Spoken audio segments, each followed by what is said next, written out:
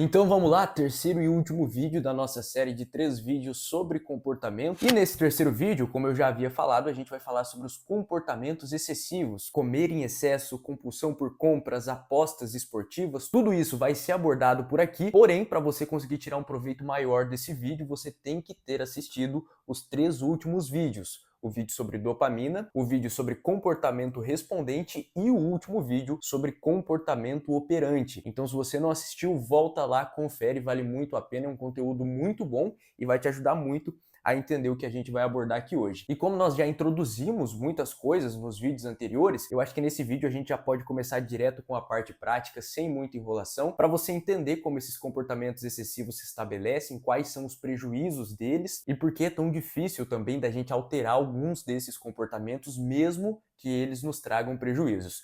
Bora lá então para a tela do tablet para a gente já começar a explicar isso. Então, pessoal, no vídeo sobre comportamento respondente, a gente falou sobre o Pavlov, demos aqui o exemplo do cachorro que vocês estão vendo na tela. E agora eu vou usar um comportamento diferente para a gente amarrar todos esses conteúdos que nós vimos por aqui e conseguir fechar aí essa série de vídeos trazendo uma ideia bem bacana para vocês. Então, acho que um comportamento excessivo que vai se encaixar muito bem nesse exemplo aqui é o comportamento de vício em apostas. Então, já vamos colocar aqui o nosso comportamento, ó. Apostas. E como esse comportamento se estabelece a partir de uma perspectiva de condicionamento respondente, aquele condicionamento que a gente viu lá com o Pavlov. Então, o apostar em si, ele pode ser visto como um estímulo incondicionado, ou seja, o US, que é o mesmo caso da ração, né? Um estímulo incondicionado, por quê? Porque o comportamento de apostar, ele produz no nosso organismo respostas incondicionadas, como, por exemplo, euforia. A gente sente também um certo nível de prazer. Existe também uma ansiedade. E ansiedade por quê, né? Porque o apostar, ele envolve também a incerteza de você saber se aquela recompensa vai chegar ou não. Então, o vício em apostas, ele pode ser estabelecido através desse tipo de condicionamento, né? De um condicionamento clássico, condicionamento respondente. E nesse contexto, os nossos estímulos neutros, vamos colocar aqui, estímulos neutros, eles podem ser muitas coisas. Pode ser o local onde essa pessoa aposta, pode ser talvez o celular, já que hoje a gente tem uma profusão, especialmente de bets, né? As pessoas costumam apostar muito através do celular. Pode ser também algum amigo, né? Pessoas das quais você costuma estar sempre junto, estar interagindo e talvez tem também esse hábito de apostar. Ou se a pessoa frequenta cassino, talvez a luz do local pode ser um estímulo neutro, que venha a ser um estímulo condicionado depois, talvez o barulho, o som, né, melhor dizendo, vamos colocar aqui, som, o som da máquina de aposta pode ser também um estímulo neutro, e todos esses estímulos neutros, como nós já vimos aqui, com o passar do tempo, eles podem se tornar estímulos condicionados. E a partir do momento que eles passam a ser estímulos condicionados, o simples contato com isso pode levar o nosso corpo a produzir essas respostas sem necessariamente estar apostando, e aí sim, de fato, nós vamos ter o comportamento para que o nosso emocional se regule, né? Para que a nossa balança volte ao normal. E na perspectiva lá do nosso vídeo inicial sobre dopamina, esses estímulos neutros que passam a ser depois, né, estímulos condicionados, eles vão agir aqui, ó. Eles estariam nesse gráfico em azul. Por quê? Porque você já tem um condicionamento, já tem um aprendizado consolidado, e aí a partir disso a luz, o som do cassino, seu celular, um amigo, um local onde você costumava apostar, já vai fazer a sinalização dopaminérgica para que você execute o comportamento e tenha a regulação emocional, ou então, né, tenha aí a sua dose de recompensa, lembrando sempre menor do que quando foi realizar o comportamento. E aí outro comportamento compulsivo que dá para a gente colocar aqui é o comportamento de comer.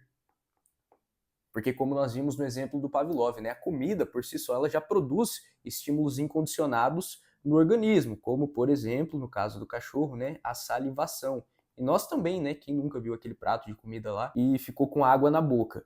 E aí, o comer, ele pode também se associar a estímulos neutros, como por exemplo, às vezes um local, uma pessoa, pode seguir ali basicamente a mesma lógica, né, do comportamento de apostar. E com o passar do tempo pode acontecer também o pareamento. E aí outros dois comportamentos que também são muito parecidos nessas situações de compulsão são os comportamentos de comer e de compras.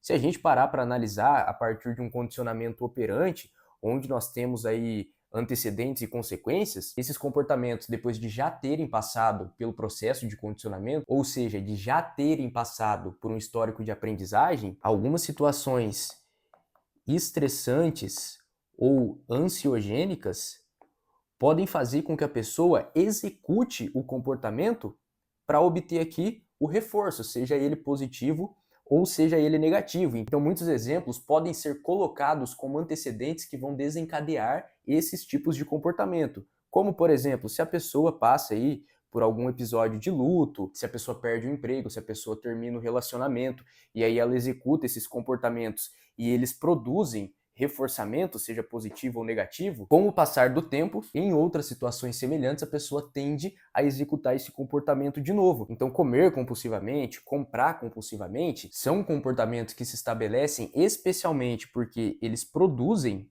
reforçamento positivo e ou reforçamento negativo. E aí, lembrando, positivo e negativo no sentido matemático, de acréscimo e retirada, e não necessariamente de bom ou ruim. Então, esse reforço positivo pode ser uma resposta fisiológica, às vezes, de bem-estar, de euforia, de prazer, enquanto o reforço negativo pode ser a redução da ansiedade, a redução do medo, a redução da tristeza, de algum sentimento aversivo. E com o passar do tempo, com esse condicionamento operante estabelecido, a gente passa a ter antecedentes, estímulos presentes no ambiente, funcionando também como dica no mesmo exemplo do caso das apostas.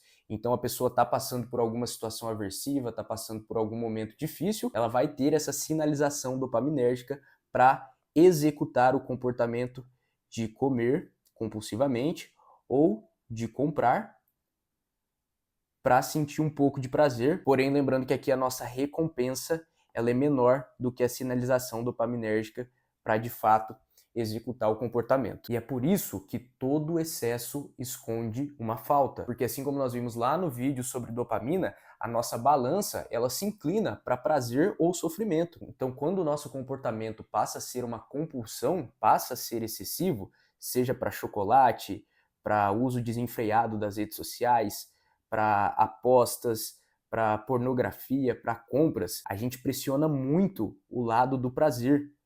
E isso, consequentemente, vai depois trazer um sofrimento. Da mesma forma que enquanto nós estamos sofrendo muito e nós temos todo esse histórico de aprendizado, todo esse condicionamento envolvendo apostas, envolvendo compras, compulsão alimentar, a nossa balança tende a buscar esses comportamentos. É onde a gente vai comer chocolate sem parar, fazer o uso desenfreado das redes sociais, ir para as apostas, para pornografia, compras, enfim.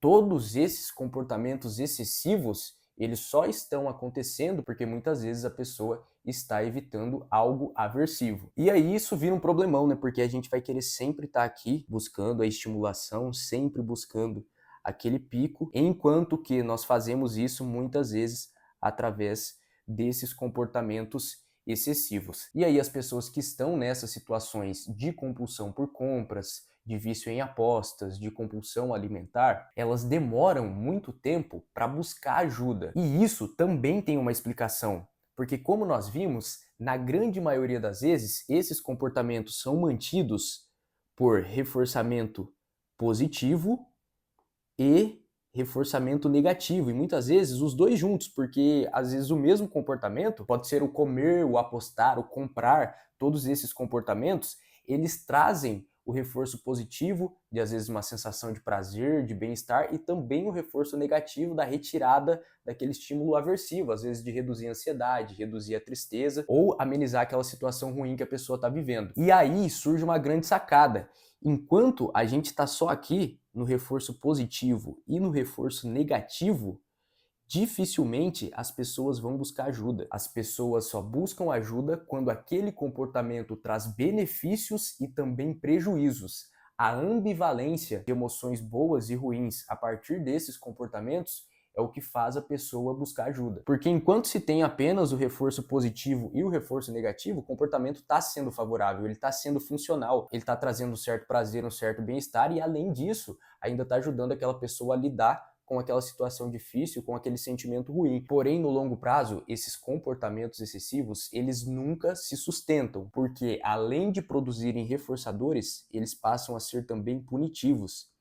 Então a pessoa que aposta, no longo do tempo, ela vai começar a ter prejuízo financeiro, ela pode perder um relacionamento por conta disso, às vezes alguma pessoa muito importante na vida. A pessoa que come em excesso pode ter prejuízo na saúde. A pessoa que compra demais também pode ter um prejuízo financeiro que vai custar muita coisa na vida dela, talvez pessoas, talvez relações, e tudo isso que é ruim, quando passa a confrontar os benefícios desse comportamento, coloca a pessoa em sofrimento, coloca a pessoa nessa ambivalência de emoções, onde ela não sabe para que lado ela pende. E por isso, normalmente, quando as pessoas que estão em alguns desses comportamentos chegam até o nosso consultório, é justamente por estar nessa situação de não saber qual caminho seguir. O que eu queria trazer nesses vídeos é todo esse panorama, toda essa ideia de que o nosso comportamento, ele passa por um histórico de aprendizagem interagindo com o ambiente, e mesmo depois que essa aprendizagem é estabelecida, mesmo depois que nós temos o condicionamento, seja ele respondente ou operante, esse comportamento continua interagindo com o ambiente. É por isso que o ambiente é extremamente importante. Como nós vimos, muitos estímulos, sejam cores, luzes, lugares ou até mesmo objetos que até então são neutros, com um condicionamento, eles podem passar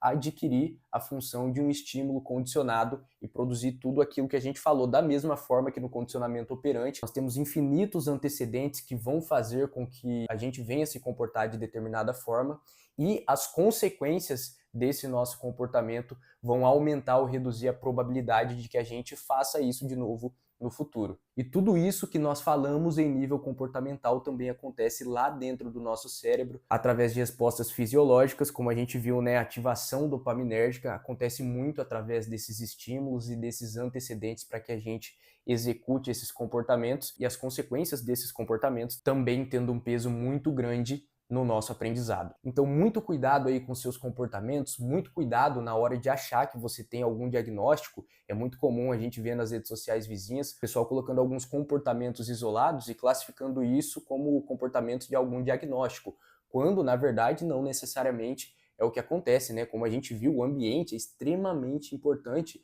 para determinar como a gente vai se comportar e se a gente vai continuar se comportando dessa maneira. Então, muitas vezes o que você está dizendo que é um diagnóstico, na verdade é apenas um aprendizado que essa pessoa construiu ao longo da vida e que talvez nesse ambiente atual em que ela está inserida não está sendo funcional e não está produzindo as mesmas consequências que produzia anteriormente em outro ambiente. Espero que você tenha gostado desse vídeo. Se você não assistiu os outros vídeos do canal, volta lá e assiste, porque vai te dar um pano de fundo muito legal para você conseguir entender o conteúdo que a gente abordou por aqui hoje. E se você está passando por algum desses comportamentos que nós abordamos aqui, o arroba do meu Instagram está aqui na tela, você pode procurar lá, e lá tem também o meu contato para você agendar atendimento. Então é isso, bom dia, boa tarde, boa noite, não sei em que horário você está assistindo esse vídeo, mas espero que você tenha curtido. Já aproveita e dá uma olhada aí nos outros vídeos do canal, me segue lá no Instagram também, que eu tô sempre postando algum conteúdo por lá. Valeu, até mais!